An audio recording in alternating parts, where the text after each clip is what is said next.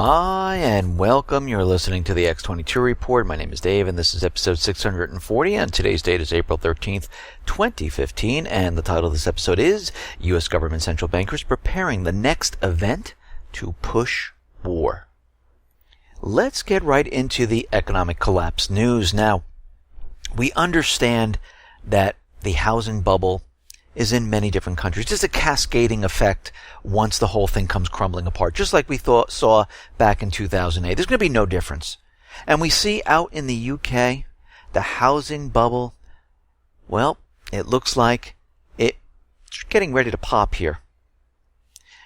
We have to look at the situation and we see that there were a lot of wealthy people pouring money into London real estate over the last 4 years.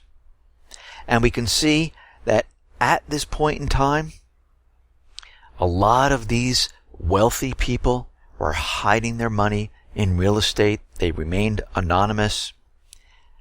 And it was a good place to park their cash.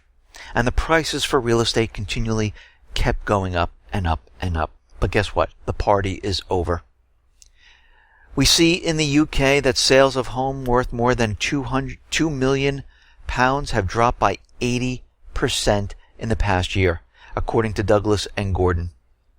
Foreign residents also putting their homes up for sale and fleeing the UK. The announcement, combined with Labour plan to introduce a mansion tax on high-value homes, has led many foreigners to conclude that the UK is no longer an attractive and reliable home for the rich. And people are trying to sell their homes at this point in time. We see the same thing here in the United States. We see it in Canada. We see it throughout Europe and Australia. We might all not be at the same place at this time, but we see that real estate around the world is reaching the top of the bubble and it's starting to come down. We're seeing prices start to fall. I'm seeing houses lowering their prices continuously. Even though we're going into the spring and summer, yes, every area is different. Some are feeling the effects a lot more than others. But guess what? It will catch up to each area. It's a domino effect. Just like in 2008, everyone didn't see it all at once. All of a sudden, we heard out in California, people were leaving their homes because the interest rates were starting to rise. People with the adjustable rate mortgages threw up their hands and said, you know what? I'm out of this home. I can't do it. The payments are just too much. Then it spread. Traffic started drying up on the East Coast. Florida was still very busy. They didn't really feel the effect, but eventually, 6 to 8 months later, it started to spread all over the place. And it was a cascading effect nobody could stop. And real estate completely dried up. And this is what we are seeing at this point in time. We are at the same point in time as we were back in 2007, getting ready to go into 2008, where traffic started to dry up, prices were hitting the top, people still thought the real estate market was great to invest in, they were still purchasing, but it was getting harder and harder to sell their homes. People had their homes on the market. Today, people have their homes on the market, and they're continually reducing the prices. We're seeing the same exact thing. We see manufacturing around the world basically collapsing at this point in time. We see the Baltic Dry Index is down to 578. It fell 2 points. It can't get out of this range whatsoever. And we're seeing it decline once again. We understand that China has created the AIIB. The U.S. didn't join, Japan didn't actually join, but a lot of the U.S. allies have joined. And we see President Obama right now with Prime Minister Abe of Japan. They're going to meet this month at the White House. And what they're going to talk about is the China-led Asian Infrastructure Investment Bank. Now, why would they be talking about this? Because they're trying to stop it. They don't want this to go any further. And this is why they eventually didn't join. They told us they were going to join, but they didn't. The summit on April 28th will aim to prevent Beijing from making arbitrary loans as a competitor for influence in infrastructure investment in Asia. While declining to join the AIIB, the U.S. and Japan have agreed to take a discreet stand regarding the regional financial institution and may call on European allies who have already joined the AIIB, like Britain, France, Germany. Maybe they can infiltrate the bank from the inside, and this is what they're hoping for. The U.S. and Japan also intend to bring up the subject at the G7 summit in June to assert that the AIIB should conform to international standards in terms of transparency and management, just like the private Western Central Bank is completely transparent. No, it's not. And we can see what they're doing. They want control of the AIIB. They don't want the BRIC system. They don't want the AIIB, because this is competition, direct competition to the private Western Central Bank system. And we can see what they are up to right now. And we understand why they're doing this, because this system is falling apart. They don't want China, their currency, to get into that reserve status. This is why the Treasurer of the United States, Secretary of Treasury, Jack Lew, is out there saying, no, yeah, you know what? The yuan and renminbi, not ready for reserve status. But the IMF and other countries saying, yeah, we think it is. We think it should be a reserve status. And again, we have to go back to 2010. The United States government central bankers on purpose did not give away their voting rights because they didn't want to give away the power of IMF to China and emerging countries, economies. So they kept the voting rights. So they're in control. And we see what China did. They said, you know what then? We'll start our own. Forget IMF. Russia did the same thing. Every time the United States blocked them from doing something or placed sanctions, they went ahead and created their own payment system. The BRIC system created their own banking system. And we see a lot of these countries are now making deals and trading their currencies, completely bypassing the dollar. Not even using it at this point in time. But here in the United States, what do we understand? We understand the United States government central bankers, they are getting ready for this major, major collapse. Yes, people are going to say, no, there's no collapse coming. People are not going to believe it. And of course, nobody believes it until it actually happens. And then of course, those same people will say, why didn't you tell me? Why didn't you warn me? Well, I did. You just weren't listening. And I remember when I used to be in sales, the person who was training me said, your mind is like a parachute. If it's not open, it doesn't work. And it's very hard for people to think that something's going to happen because they're living in a world that's a complete illusion. They believe everything the government says. And they go along with that until everything falls apart. I mean, DHS basically has the SOP 303, which shuts down cellular services. Now, of course, everyone knows why they're doing this. We realize that when something happens, like an event, they would like to shut everything down with a flick of a switch. This is to control the people from getting out of hand and recording or taking pictures or communicating when things start to fall apart. And DHS is getting into some hot water right now.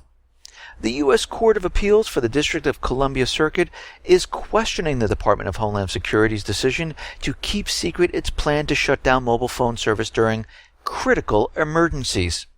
The court originally sided with the federal government that the plan should not be disclosed under the Freedom of Information Act, but has since revisited the ruling and has ordered DHS to explain the secrecy. Why was DHS created? To control all those people who believe the government, all those people who are living in the illusionary world, because when it happens, the collapse occurs, these same people are not going to handle what's going to come. They won't be able to handle this. And this is what they're nervous about. The other thing they're nervous about is those people who are already awake. Those people are a threat to the authority of the government because they see through them. They understand what their plan is. And we can see right now that they are getting ready to at least try to control the entire situation when this collapse comes. We see the Electronic Privacy Information Center, EPIC, became particularly interested in the SOP 303 in 2011 when officials attempted to stop a protest by shutting down cellular phone service near a San Francisco subway station. Likewise, Bay Area Rapid Transit shut down a portion of its train service during the same period. Following that incident, the Electronic Privacy Information Center filed a Freedom of Information Act request asking the federal government to disclose the federal document that granted DHS the authority to enact SOP 303. The government agreed to request, but the entire document was redacted. So it was basically worthless at that point in time. DHS is not going to hand over their secret documents. Right now, DHS is dormant. When the collapse comes, you're going to see a completely different side of DHS. They will be then turned on. They'll have the green light, and you will see a complete change. And this is why they're trying to disarm the American people. The government has been trying for years to remove the weapons from the people. They have thousands upon thousands of laws infringing on the Second Amendment. And here are a couple of things that you need to know about the Second Amendment. The Constitution doesn't grant or create rights. It recognizes and protects rights that inherently exist. This is why the founders used the word unalienable. Previously in the Declaration of Independence, these rights cannot be created or taken away. The Second Amendment protects individual, not collective rights. The use of the word militia has created some confusion in modern times because we don't understand the language as it was used at the time of the Constitution was written. However, the Supreme Court states in context, it was clearly an individual right. The operative clause of the Second Amendment is the right of the people to keep and bear arms shall not be infringed, and shall not be infringed shall not be limited, which is used 3 times in the Bill of Rights. The court explains that all 3 of these instances refer to individual rights, not collective rights. Every citizen is the militia. To further clarify regarding the use of the word militia, the court states that ordinary definition of the militia as all able-bodied men. Today, we would say it is all citizens, not necessarily just men, because women also are out there. The court explains keep arms was simply a common way of referring to possessing arms for militiamen and everyone else, since the militia is all of us. Personal self-defense is the primary purpose of the Second Amendment. We often hear politicians talk about their strong commitment to the Second Amendment while simultaneously mentioning hunting. Well, hunting is not really the purpose of the Second Amendment. Of course, the politicians like to throw that in. And it is not the primary purpose for the Second Amendment. The court states the core lawful purpose is self-defense, explaining the founders understood the right to enable individuals to defend themselves, the right of self-preservation as permitting a citizen to repel force by force when the intervention of society in his behalf may be too late to prevent an injury. The Second Amendment exists to prevent tyranny. The court explains that in order to keep the nation free, security of a free state, then the people need arms, weapons. When the able-bodied men of a nation are trained in arms and organized, they are better able to resist tyranny. The court states that the founders noted that history showed that the way tyrants had eliminated a militia consisting of all the able-bodied men was very simple: by taking away their weapons. That's all they had to do. And we can see right now, this is what the federal government is trying to do now. They're trying to remove the weapons from the people any way they possibly can. Look at all the executive orders that Obama put out there. Look what they're using to try to get the weapons away from the people. The Second Amendment might require full-blown military arms to fulfill the original intent. And what this means is that whatever the armed forces has, that is what the people should have. And this is all coming out of the blog Second Amendment Fight.com, if you'd like to read more about this. And the Second Amendment is very, very important. And as I've said in many, many reports, a people without weapons, those people are controlled. People with weapons, they control the federal government. Look what's happening around. Let's take, for example, what's going on in Ukraine, the Middle East. Think about this for a second. Those people, if they didn't have weapons, the armed forces, United States government central bankers, and their puppet governments would just plow them over easily, right? They didn't have weapons. They couldn't fight for their freedom. In Ukraine, the southeastern and the Crimean people, they would have just rolled right in there and taken over these regions. But these people said, no, we're not going to do this. In the Middle East, if the people didn't have the ability to get weapons and keep them and hold them, they wouldn't need drones. We wouldn't be having these problems in Yemen.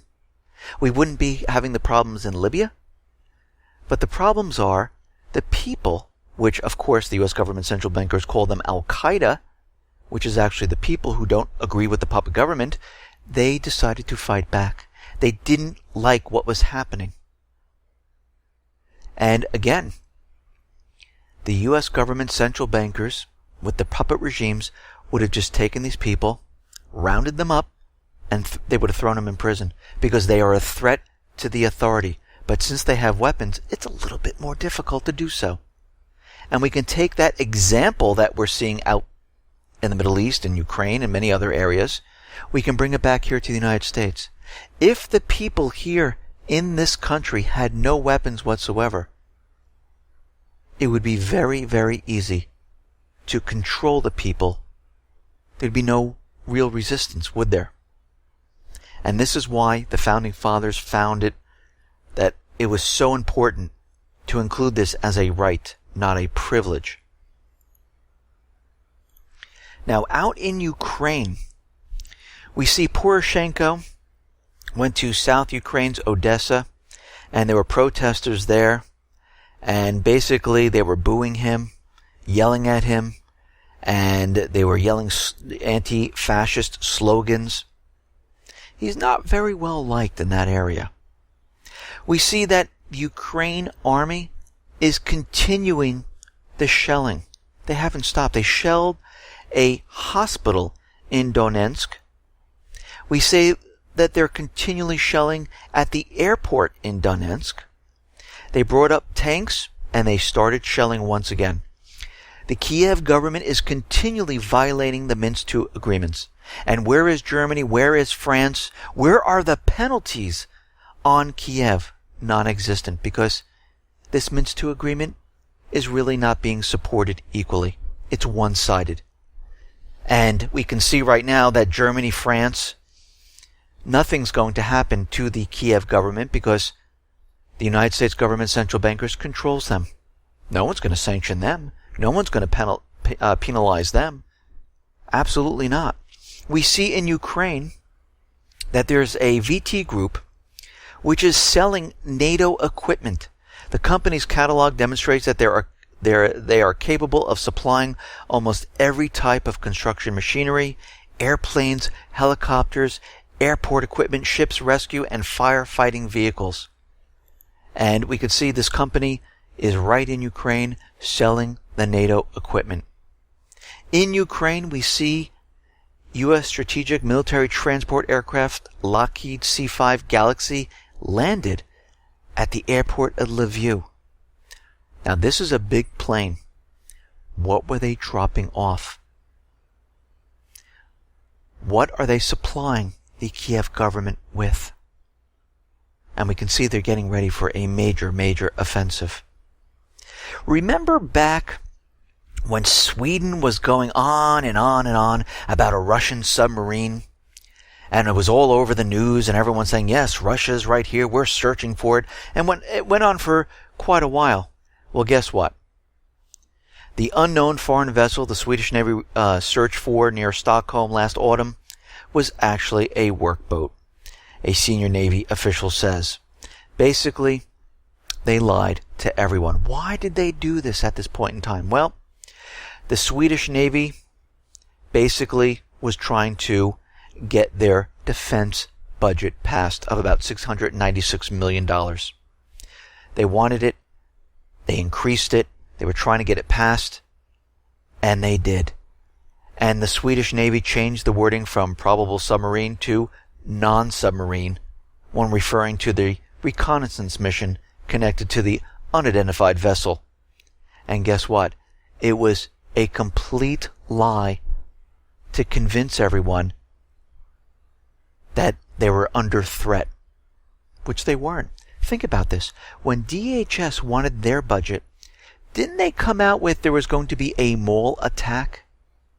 They're getting some intel, and that just died down once they got their funding. It completely disappeared. We never heard anything again. What happened? They trick the people with lies and fear. That is it. Now, Russia is worried because Finland and Sweden are seeking closer ties with NATO.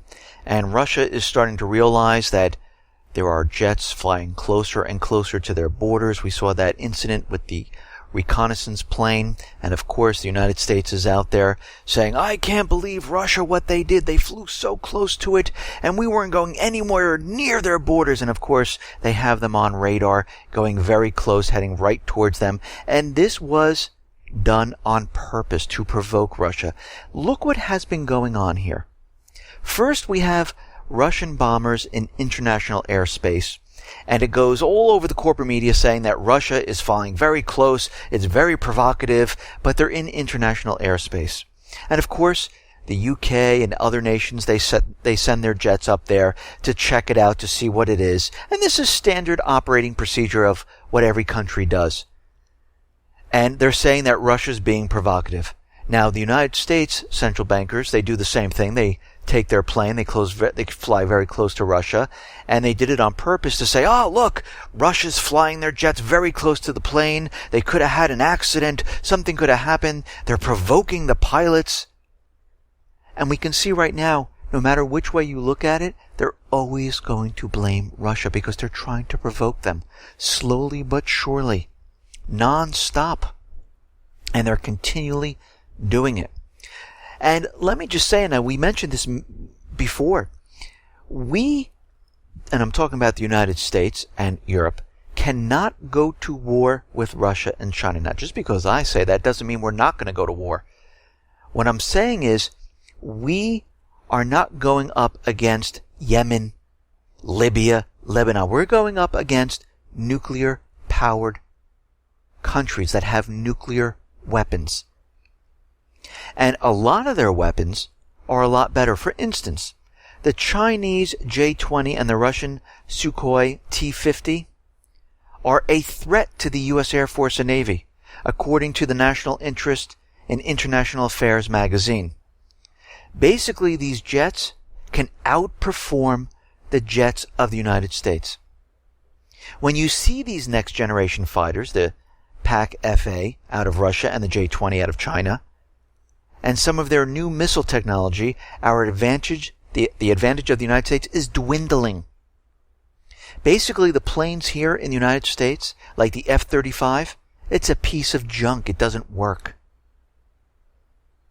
They're having so many problems with it. And they realize this, and now what's going to happen is the United States is going to develop the next generation fighter, because everything that the United States has right now is not good enough. So they're going to develop the 6th generation fighters to outrun the Russian and the Chinese jets, because they have superior fighting weapons compared to the United States. Basically, we can see that the supersonic performance is one of the areas in which the J-20 shines, compared with the U.S. jets. The J-20 can cruise at high supersonic speeds without using fuel-guzzling afterburners for extended periods. We can see right now the United States, even though the central bankers don't care because they have no allegiance to any country or to any people except for themselves, they don't care. They don't want to be blamed for this economic collapse. They don't care if the United States is ready, they have superior weapons. It makes no difference to them, because in the end, most likely, it will become a nuclear war as we go down this path. And whoever the winner is, it doesn't make a difference to them, because they'll be right there ready to start this entire central banking system over once again. And they will basically bail out that government and say, we can loan you this money to rebuild everything. Of course, there'll be interest attached to this. It'll put you into debt. And that debt can be transferred to the people. And this is what they're going to try to do. They're all ready for this. They already have their underground bunkers. They're ready to go. We see NATO ships arrive in Scotland for massive joint exercises.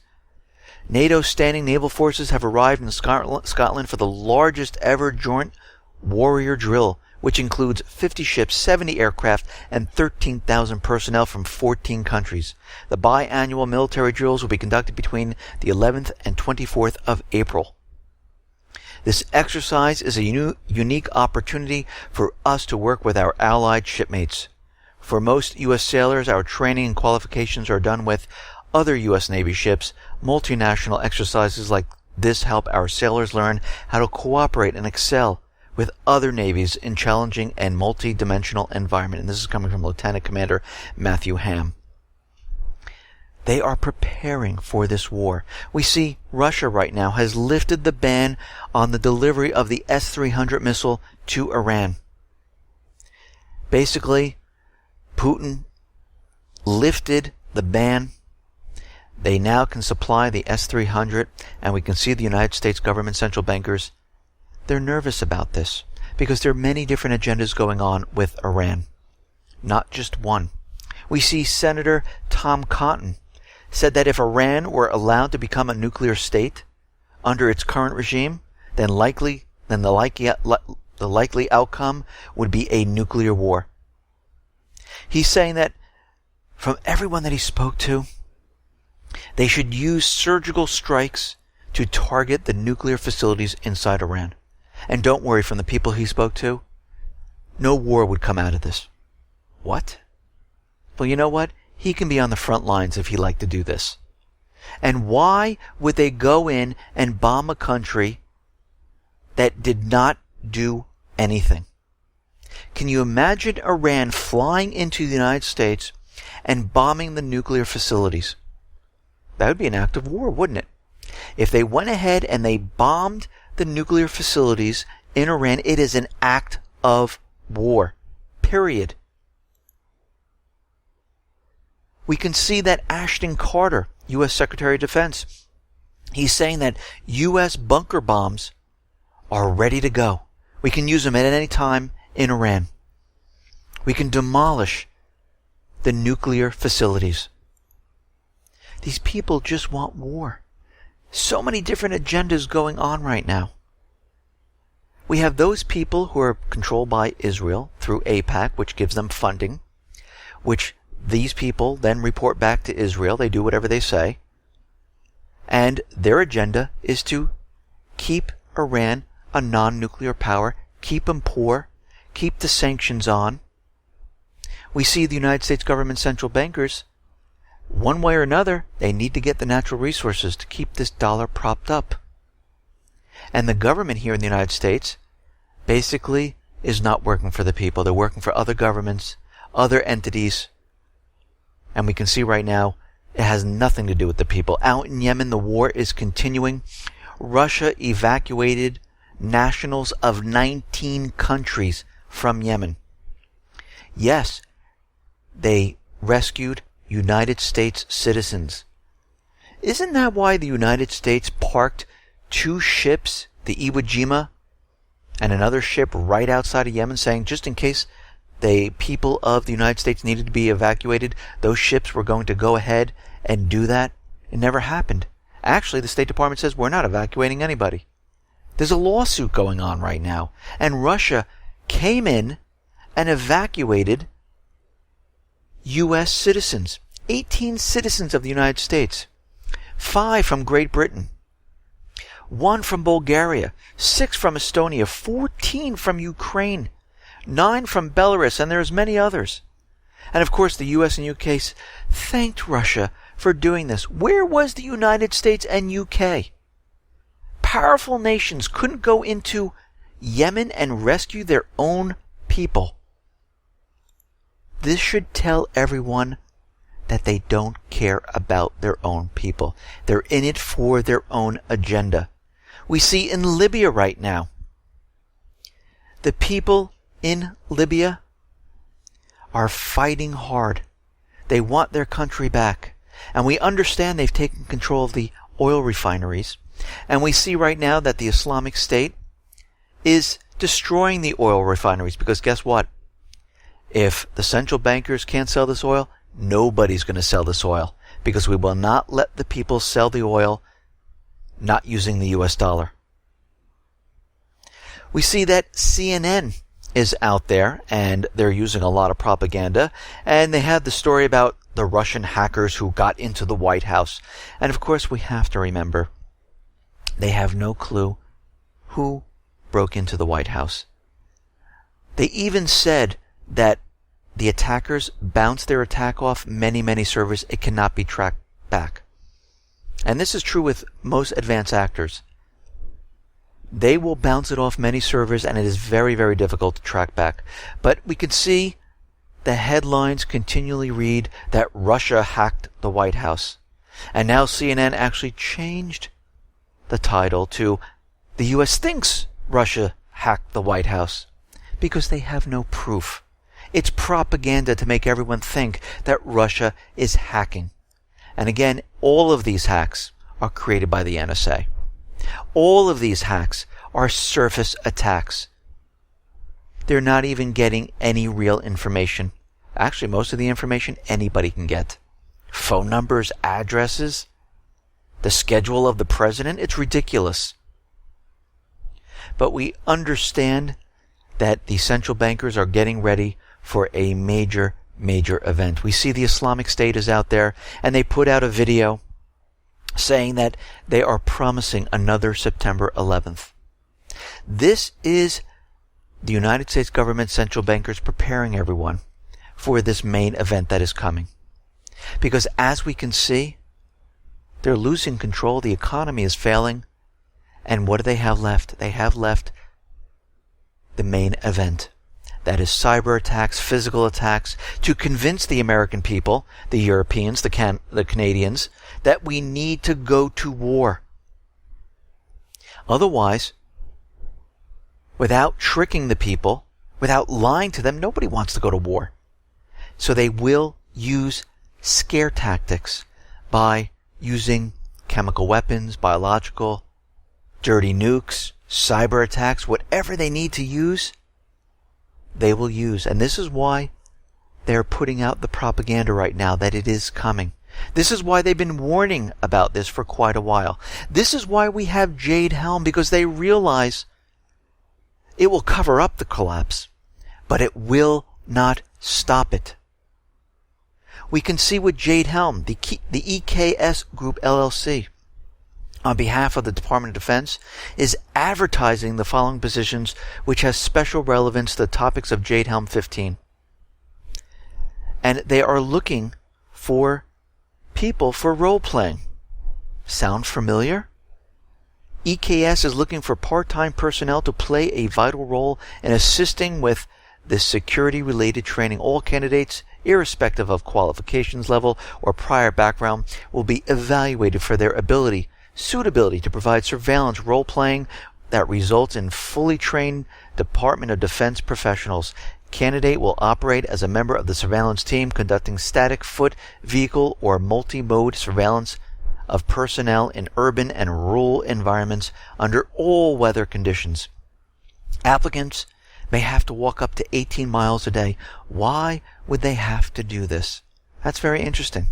Or be able to ride in a vehicle for up to 12 hours in a 24-hour period. Where are they going as they're walking or riding in these vehicles? We see that Jade Helm has right now 2 phases that we know of, and there's probably more. Phase 1, round up all those people who are a threat to the government. Dissident extraction. Phase 2, gun confiscation. Confiscate the weapons in that area. And we know there's more phases to this. As more information comes out, we realize that they are getting ready for this collapse. And if they're getting ready, you need to get ready for this. You need to have cash on hand, gold, just to protect your wealth. Extra food, medical, toiletries, a weapon. Make sure you have a plan for your family. If you have children and they're going to school, make sure you understand where this meeting place is going to be. And tell them, if things go down, this is where we're going to meet. You need to prepare yourself. Think about it. Everyone thought everything was fine, and then one day, 2008, everything crashed. If the government didn't bail out all these corporations, what do you think would have happened back then? How many people would have been out of work? How many people would have been going crazy at that point in time? Well, now, 7 years later, it is much, much, much worse. Listen, everyone, thanks a lot for listening. Be well, be safe, and especially be prepared. Thanks a lot.